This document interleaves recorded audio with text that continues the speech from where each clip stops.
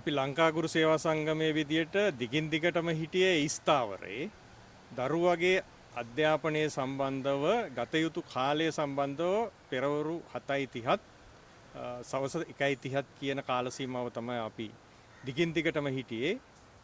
එතකොට අධ්‍යාපන ප්‍රතිසංස්කරණ මේ ටයිම් ෆ්‍රේම් එකට කටයුතු කරමු කියන යෝජනාවයි තමයි අපි ලංකා ගුරු සේවා සංගමයේ මුල ඉඳන්ම කරපු ඒ කියන්නේ විශේෂයෙන් ගත්තම අධ්‍යාපන ප්‍රතිසංස්කරණ සම්බන්ධව කරපු හැම සාකච්ඡාවකම අපි ලංකා ගුරු සේවා සංගමයේ හිටි ස්ථාවරය තමයි මේ දරුවගේ පාසල් කාල සීමාව 7:30 සහ 1:30 ලෙස සකස් විය යුතුයි කියන එක.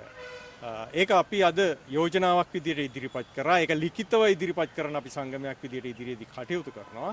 ඒ නිසා අපි කරපු යෝජනාවලිය ඒ පදනමින් දරුවගේ අධ්‍යාපනය සම්බන්ධව අපි විද්‍යාත්මක පදනමක පිහිටලා තමයි අපි මේ යෝජනාව කරේ.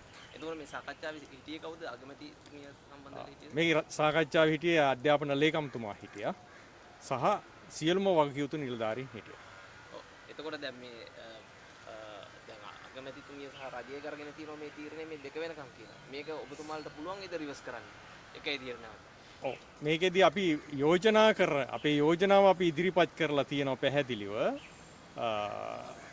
අපි බලාපොරොත්තු වෙනවා මේ සම්බන්ධව යහපත් ප්‍රතිචාරයක් මේ කියන අදාළ ආයතන විශේෂයෙන් ජාතික අධ්‍යාපන ආයතනය සහ අධ්‍යාපන අමාත්‍යාංශය මේ සම්බන්ධයෙන් විද්‍යාත්මක ප්‍රවේශයකට ගොස් මේ කියන කාල සීමාවට එයි කියන එක. ඒ වගේම අපි දැක්ක දැන් 2024 ඔබතුමාලා 3-2 වැටුප් විෂමතාව පිළිබඳව කතා කරා අපිට මේක ලබා දෙන්න කියලා කිව්වා. නමුත් දැන් ඔබතුමාලා කියනවා දැන් මේක කමිටුවක් පත් කරලා මේ හරහා මේකට යන්න ඕන කියලා. ඇයි ඔබතුමාලා දැන් එදා කියපු දේ අදත් කියන්න බැරි? අපි පැහැදිලිවම කියනවා ගුරු හා විදුහල්පති සේවාවල තිබිච්ච වැටුප් විෂමතාවය විසඳීම සම්බන්ධව වර්තමාන ආණ්ඩුව මේ ගත වුණු වර්ෂය තුල ගත යුතු පියවර ගණනාවක් අරගෙන තියෙනවා. මොකද 1994 ශ්‍රී ලංකා ගුරු සේවය පිහිටුවීමේදී අරමුණු තිබුණා විශේෂයෙන් අධ්‍යාපනයට අවශ්‍ය වෘත්තිකයෙකු නිර්මාණය කර ගැනීම තමයි ඒ ව්‍යවස්ථාවල අරමුණ වෙලා තිබුණේ. නමුත් වසර 30ක් ගත වෙලා තියෙනවා. ඒ පැවති ආණ්ඩු කිසිසේත්ම ගුරුවරයා ඒ ආකාරයෙන් ඒ කියන්නේ වෘත්තිකයෙක් බවට පත් කිරීමට අදාළ ඒ සේවා ව්‍යවස්ථාවන් ක්‍රියාත්මක කරේ නැහැ. ඒ ක්‍රියාත්මක නොකිරීම තුළ මේ අදාළ වැටුප් නොගෙවීමත් පැහැර හරින්න උපක්‍රමශීලීව කටයුතු කරමින් හිටියා. ඒ නිසා මේ සියල්ල අවසන් කරලා අපි දැන් මේ වෙනකොට අධ්‍යාපන සභාව පිහිටුවීම සම්බන්ධව මාර්ගෝපදේශයන් අනුව කටයුතු කරමින් ඉන්නවා. මේ වෙනකොට විද්‍යාත් කමිටුවක් පත් කරලා තියෙනවා. පාර්ලිමේන්තු කමිටුවක් පත් කරලා තියෙනවා. ඒකේ සභාපතිත්වය දරන්නෙම ලංකා ගුරු සේවා සංගමේ ප්‍රධාන ලේකම් විදියට කටයුතු කරන අමාත්‍ය මහින්ද ජයසිංහ සහෝදරයා. ඒ නිසා මේක අදාළ සියලු කටයුතු මේ වෙනකොට අපි ආණ්ඩුවත් සමග එකතු වෙලා මේ කාර්ය කරමින් යනවා. අපි අහන්නේ දැන් 2024 දී ඔබතුමාලා දැන් මේ කමිටු ගැන කතා කරේ නෑනේ. 3-2 නේ ඉල්ලුවේ. දැන් ඇයි මේ කමිටුවකට ගිහිල්ලා තියෙන්නේ? කමිටුවකට යන්න ප්‍රධාන හේතුව තමයි වැටුප කියන්නේ ඒක හුදකලාව ගෙවන්න පුළුවන් දෙයක් නෙමෙයි. සේවා ව්‍යවස්ථාවක් සහ අදාළ වෘත්තීන් වල ඒ ස්ටෑන්ඩඩ් සකස් කරමින් ඕන ඒ වැටුප් ගෙවන්න. එතකොට ඒකට අදාළ මාර්ගෝපදේශයන් තමයි මේ ක්‍රියාත්මක කරමින් ඉන්නේ. එදා පැවති ආණ්ඩු ඔය බලාපොරොත්තු වෙච්ච 3/3ම ඒ කියන්නේ අපි ගත්තොත් රාජ්‍ය සේවයේ තියෙන ඉහළම වැටුප් තලවලට යන්න අදාළ සුදුසුකම් සැපිරීම ව්‍යවස්ථානුකූලව කළ යුතුව තිබුණා. ඒ සඳහා තරඟ විභාග තිබුණා. ඒ තරඟ විභාග පැවැත්වුවෙත් නැහැ. ඊට අදාළ කුසලතා සම්පූර්ණ කරන්න අවශ්‍ය පසුබිම සකස් කරෙත් නැහැ. ඒ නිසා ඒ දිගින් දිගටම කරේ අමාත්‍ය මණ්ඩල සංදේශ හරහා උසස් වීම් ලබා දීම ඒ තුල විශේෂයෙන් ගත්තම අධ්‍යාපන අමාත්‍යාංශය කටයුතු කරපු ආකාරය දිගින් දිගටම මේ රටේ ගුරු වෘත්තිය ගොඩ නැගීමටවත් ඔහු ආර්ථිකව බල ගන්නවවත් වෘත්තීය විදියට බල ගන්නවත් කටයුතු කරේ නැහැ. ඒ නිසා මේක වැටුපක් විතරක් සාකච්ඡා කරපු එකක් වුණා.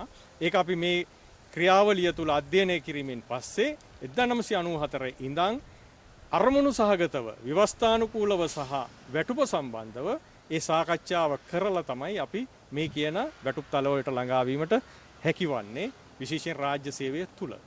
ඒ වගේම දැන් මේ අනිත් මේ අධ්‍යාපන ප්‍රතිසංස්කරණවල අපි දැක්කා දැන් මේ කාදිනතුමා පවා කතා කරා මේ ලිංගික අධ්‍යාපනය සම්බන්ධව කතා වුණා. දැන් ඔබතුමාලගේ මතය මොකද්ද දැන් මේක සම්බන්ධව? ලිංගික අධ්‍යාපනය සම්බන්ධව අද සමාජීය වශයෙන් ගත්තට පස්සේ ලිංගික අධ්‍යාපනය සම්බන්ධව දරුවන්ව බලගැන්විය යුතුයි කියන තැන අපි ස්ථාවර ඉන්නේ.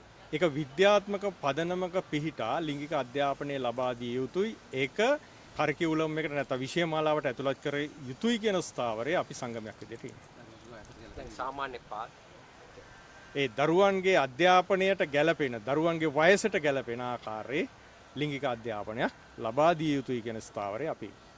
පාසල් වේලාව මේ වැඩි කිරීමට යම් හෝ එකඟතාවයක් ආවොත් එන්නේ සාමාන්‍ය ඔබතුමාලා සංගමයෙන් කියලා තමයි ජනතාව හිතන්නේ. නමුත් දැන් මේ එක බලපුවම සංගම් සියල්ලම දැන් කැමති නෑ නේද මේ දෙක වෙනකන් ඉස්කෝලේ තියන්නේ? පැහැදිලිවම දරුවගේ අධ්‍යාපනය සම්බන්ධව විද්‍යාත්මක පදනමක අපි පිහිටලා මේ සාකච්ඡාවක් කරන්නේ. එතෙන්දී දරුවා පාසල තුල ගත කළ යුතු කාලය පිළිබඳව විද්‍යාත්මකව ප්‍රවේශයක් තියෙනවා. ඒ ප්‍රවේශය වසර දශක ගණනාවක් මේ රට තුල ක්‍රියාත්මක කරා. ජාත්‍යන්තරවත් මේ පිළිගැනීම මේක. ඒ නිසා අපි ඒ ස්ථාවරයේ ඉන්නවා. එතකොට අපි ජාතික අධ්‍යාපන ආයතනයත් එක්ක ඉදිරියේදී අපි ලේකම්වරයාට ඉදිරිපත් කරේ මේ සම්බන්ධව විද්‍යාත්මක ප්‍රවේශයකට එන්න විෂයමාලාව නැත්නම් කරිකියුලම් එක සම්බන්ධව ස්ථාවරයකට එන්න ඒ තුල අපිට මේ ප්‍රශ්නේ විසඳ ගන්න පුළුවන්. ඒකට මහන්සි වෙච්ච එකේ ප්‍රතිඵලය ඔබතුමාලා නෑ කිසිම ගැටලුවක් නෑ. කාලය පිළිබඳ ප්‍රශ්නය ගැටලුවක් නෑ. ඒක කරිකියුලම් එක තුල ඇඩ්ජස්ට් කරගන්න ක්‍රියාකාරකම් තුල ඇඩ්ජස්ට් කරගන්න අවස්ථාවක් සකස් කර ගැනීමයි මේක අවශ්‍ය වෙන්නේ. ඒක ජාතික අධ්‍යාපන ආයතනයේට කළ හැකි කියන විශ්වාසය අපේ තියෙනවා. ඒ කියන්නේ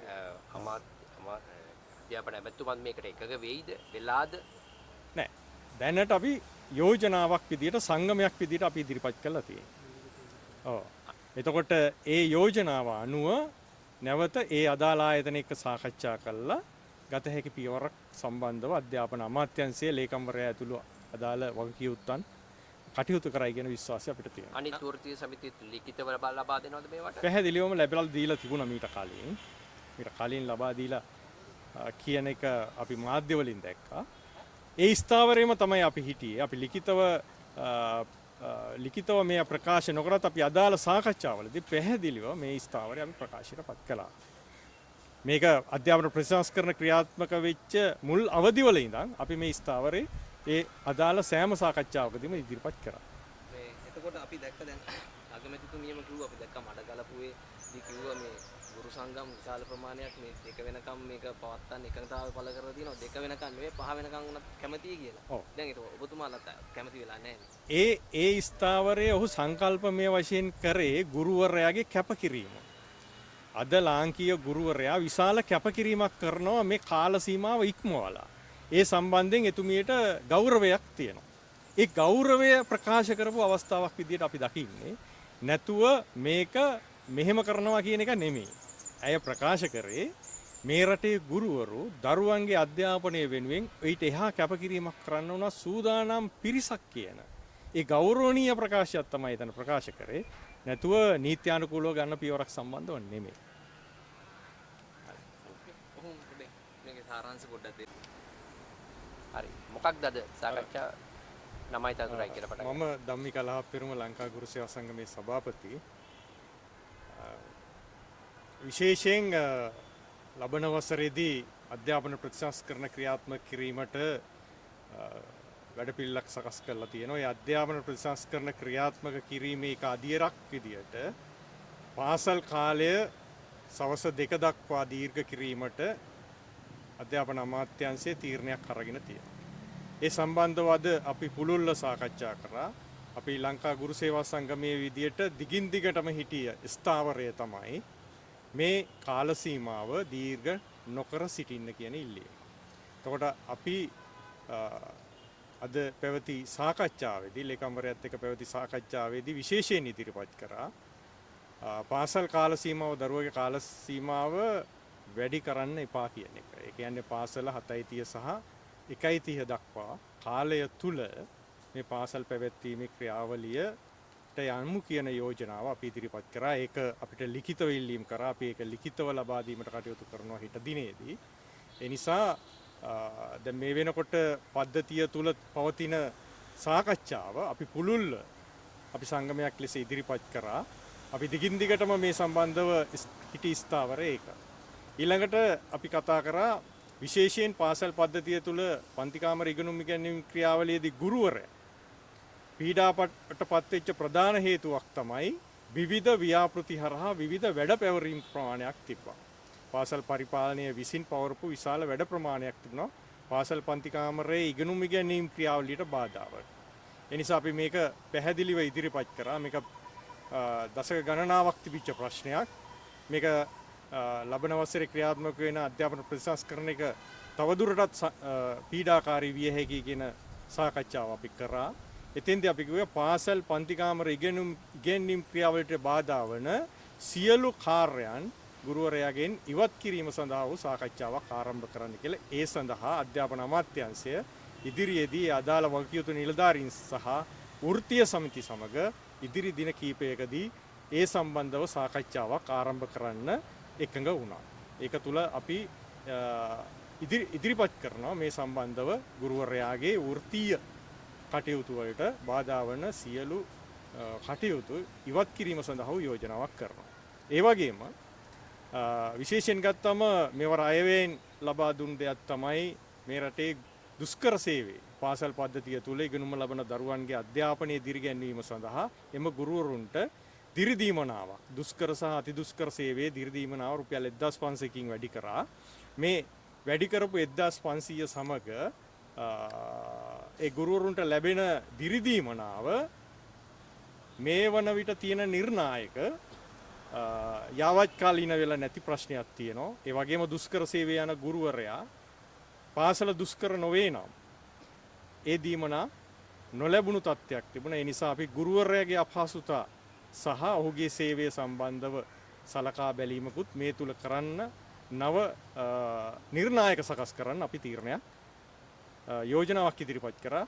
එතෙන්දී ගුරුවරුන්ට දිරිදීමනාව ගෙවීම වඩා ඵලදායීව සියලු ගුරුවරුන්ට ලැබෙන සලස්වන්න අපි සාකච්ඡාවක් කරා.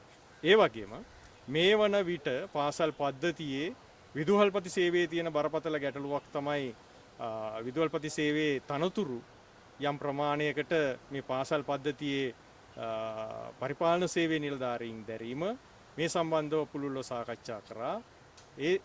ඒ අනුව ඉදිරියේදී මේ පරිපාලන සේවයේ ඵලදායීව පරිපාලන සේවයේ සේවාවේ නිලතල අපි කොහොමද කළමනාකරණය කරගන්නේ සහ පාසල් පද්ධතිය විදුහල්පති සේවයත් එක්ක කොහොමද කළමනාකරණය කරගන්නේ කියන යෝජනාව අපි ඉදිරිපත් කරා. ඒ සම්බන්ධයෙන් සාකච්ඡා කරා. ඒ සම්බන්ධව අදාළ කමිටු තුල සාකච්ඡා කරලා ඉදිරියේදී වැඩපිළිවෙළ සකස් කිරීමට තීරණය වුණා. ඒ වගේම ගුරුවරු මේ වෙනකොට පීඩාවට පත් වෙලා තියෙන ගැටලුවක් විදිහට තියෙනවා ගුරු සේවය උසස් වීමවලදී මොඩියුල සම්පූර්ණ කිරීම සම්බන්ධ සාකච්ඡාව. ඒ මොඩියුල ඉටු කිරීම සම්බන්ධව දැනට තියෙන ප්‍රශ්නය විසඳලා නව ක්‍රමය කියන්නේ ඇගීම් ක්‍රමයක් සකස් කරලා තියෙනවා මොඩියුල සම්බන්ධව. ඒ ඇගීම් ක්‍රියාවලිය ලබන වර්ෂයේ ජනවාරි 1 වෙනිදා ඉඳන් ක්‍රියාත්මක කිරීමට අදාළව සියලුම ගැටලු තියෙන ගැටලු සම්බන්ධව මේ වෙනකොට මොඩියුල අවසන් කරලා නැති ගුරුවරුන්ගේ ප්‍රශ්න ඉක්මනින් කඩිනමින් විසඳලා ජනවාරියේ සිට මේ ක්‍රියාත්මක කිරීමට පුළුවන් වැඩපිළිවෙලක් බවට පත් කළා. විභාග දෙපාර්තමේන්තුව හරහා මේ ඇගීම් ක්‍රියාවලිය ආරම්භ කරන්න අවශ්‍ය සාකච්ඡා කරා අපි. ඒ අනුව අපි විශ්වාස කරනවා මේ රටේ ගුරුවරයා විදුහල්පතිවර විශේෂයෙන් කාර්ය සාධනයේ සම්බන්ධයෙන් ගුරුවරයාගේ කාර්ය සාධනයේ සම්බන්ධයෙන් තිබුණ ගැටලු විවිධ පාර්ශ්ව විසින් අපි මුලින් කතා කරපු අර කියන ව්‍යාපෘති හරහා තිබිච්ච පීඩාවක් තිබුණා. ඒවා ඉවත් කිරීම සම්බන්ධව කාර්ය සාධනය වැටුප් වර්ධකය පිළිබඳව තිබිච්ච ගැටලුව निराකරණය කරගන්න අවශ්‍ය තීන්දුව తీරන ගන්න ඔය ඉදිරි පැවැත්වෙන සාකච්ඡාවලදී වෘත්තීය සමිතිය සමග සාකච්ඡා කරන්න යොදාගත්තේ සාකච්ඡාවලදී තීරණ ගන්න එකඟ වුණා. මේ අනුව මේ රටේ පාසල් අධ්‍යාපනය තුල ගුරුවරයා සහ විදුහල්පතිවරයා ඍජුවම පීඩා විඳින තමන්ගේ වෘත්තියේදී පීඩා විඳින බොහෝ ගැටලු විසඳීමට අදාළව අප සංගමයේ අද පැය 3ක් පමණ කරපු සාකච්ඡාව ඇතුලේ කරුණු ඉදිරිපත් කරා. අපි විශ්වාස කරනවා මේවා ක්‍රියාත්මක කර ගැනීම සම්බන්ධයෙන් ලංකා ගුරු සේවා සංගමය ඊටම සක්‍රියව මීට මැදිහත් වෙමින් ඉන්නවා. අපි කරපු යෝජනා සම්බන්ධව අපි මැදිහත් වෙමින් තියෙනවා. ඒ අනුව මේ රටේ පාසල් පද්ධතිය තුළ සිටින ගුරුවරු විදුහල්පතිවරු ඇතුළු අධ්‍යාපන ශාස්ත්‍රයේ නිලධාරීන් ඉදිරියේදී ක්‍රියාත්මක කිරීමට අදාළ අධ්‍යාපන ප්‍රතිසංස්කරණ සම්බන්ධව යහපත් ආකල්පයෙන් කටයුතු කරන්න පුළුවන් වටපිටාව සකස් කර දීමට මේ සාකච්ඡාව ඉවහල් වුණා කියලා අපි විශ්වාස කරනවා.